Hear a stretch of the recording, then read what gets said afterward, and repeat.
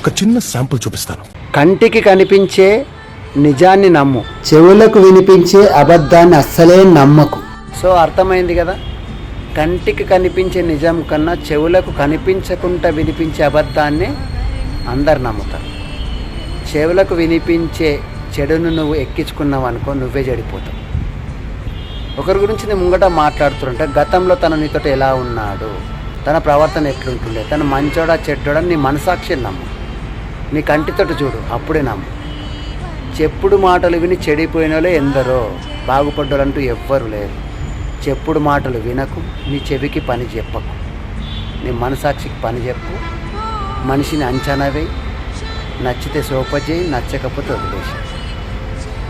కానీ నువ్వు చెప్పుడు మాటలు విని చెడిపోకు. అర్థమైందా?